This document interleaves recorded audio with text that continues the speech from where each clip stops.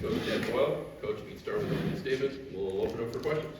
Yeah, I told the team as soon as we figure out, basketball's a 40-minute game rather than a 20-minute game, we're going to be pretty good. But until that time, we're going to have nights like this, and we were obviously not very good in the first half in any capacity, our defense, our offense, everything. And we were lucky to be down. What were we down? 13 first half. I mean, that was. As much as we were fortunate. We were fortunate to be down 13, to be honest with you. But credit to our guys. They regrouped in the second half. They strung some stops together, and kept believing in each other. And the crowd was great. I mean, for the kind of temperatures we're dealing with right now, and to come out on 8 o'clock on a Saturday night, I mean, our students were great. So, but we didn't give them, what they deserved in the first half. We did in the second half because we strung together stops. We got out in transition, and then that got our ball movement better. They were playing that zone, going to man. We kind of figured that part of it out too, and we're going to see that next Thursday when Oregon comes to town. So that was a good precursor for us. But good win. I mean, I was proud of our guys for gritting it out in the second half and really guarding their tails off. 8 turnovers, fantastic. 9 assists in the second half, fantastic. 24% field goal percentage defense, fantastic. So did enough things to win a game tonight, but we weren't at our best.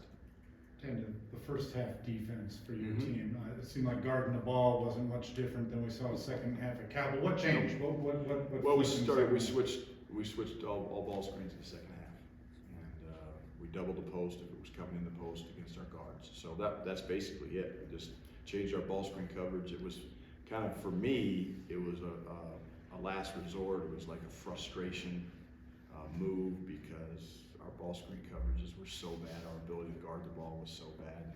But in the second half, our guys did a great job with the switches, with our communication, and we didn't get hurt inside when our guards got switched on their bigs. So I think we got hurt one time on a switch where we didn't crack down on a roll guy.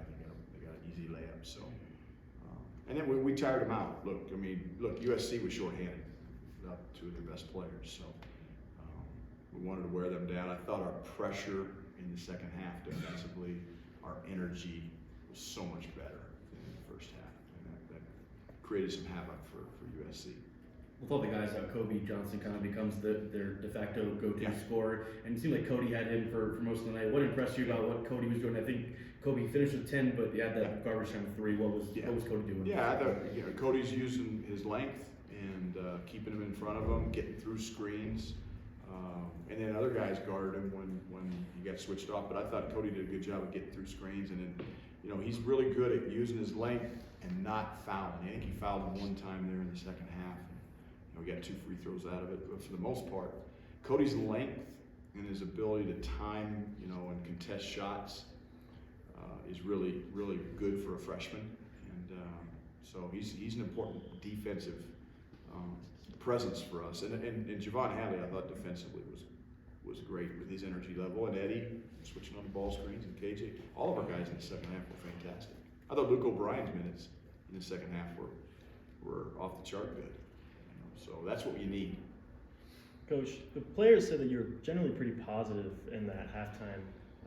How do you approach a halftime going into it after a half like that, and then even coming off of the Cal game? Well, look, it's easy to go in and yell and scream, because I'm frustrated. But I know our players are frustrated. I know our players were I'm not saying they were doubting themselves, but they're disappointed. So I think if I felt like they didn't feel that way, it might have reacted a little bit differently and lit into them. But my thing was, guys, we'll figure this out, but we have to start on the defensive end, and we have to dictate with our defense. Switching the ball screens helped, but our energy level, our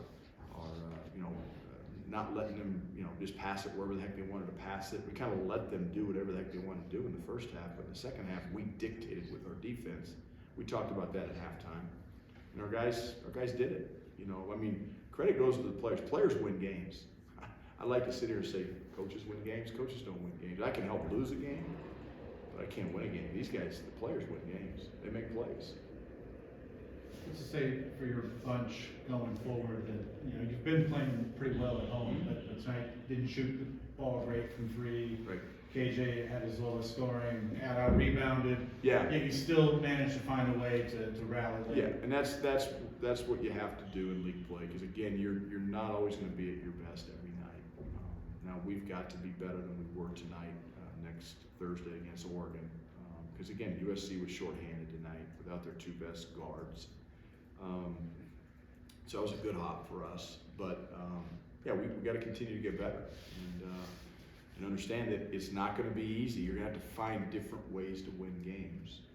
And I just think offensively, you know, we got a lot of guys that identify themselves and they're identifying with their offense, and it's if we can get their defensive identity where it needs to be, then we will be able to win big games and a lot of games in this league. But if we kind of go back and forth, it's going to be tough.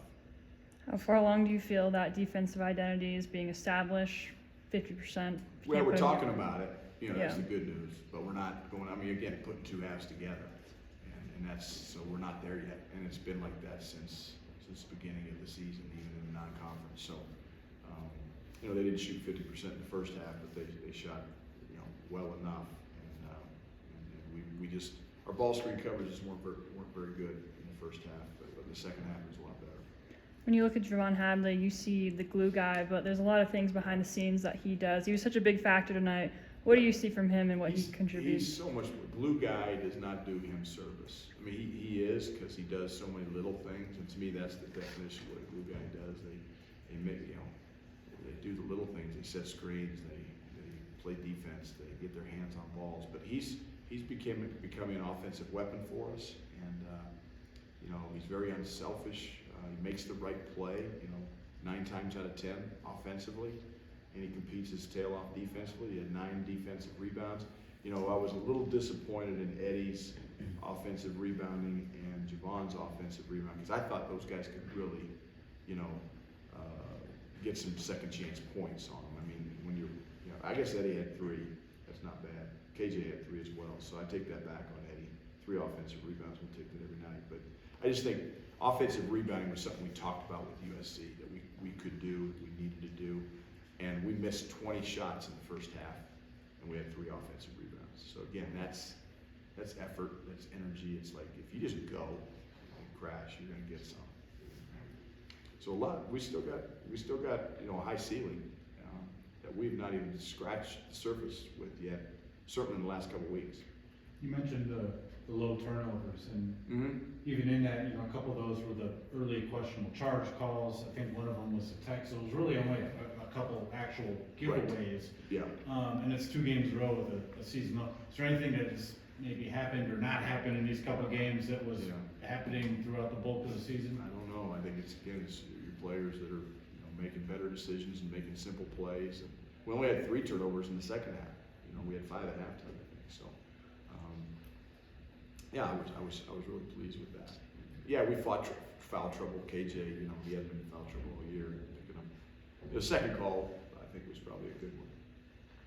Coach, was there a concerted The effort? second call. Was there a concerted effort either from you as a game plan or just the players in general to not let their bigs get going? Because it seemed like effort's always there, but they seemed like they just took pride in not letting them muscle their way through. Yeah, and I think early in the game, you know, their bigs got a couple easy ones. And I wouldn't say they were easy. They scored over us, but you know, if they're tough twos, my whole thing is we got to take away threes.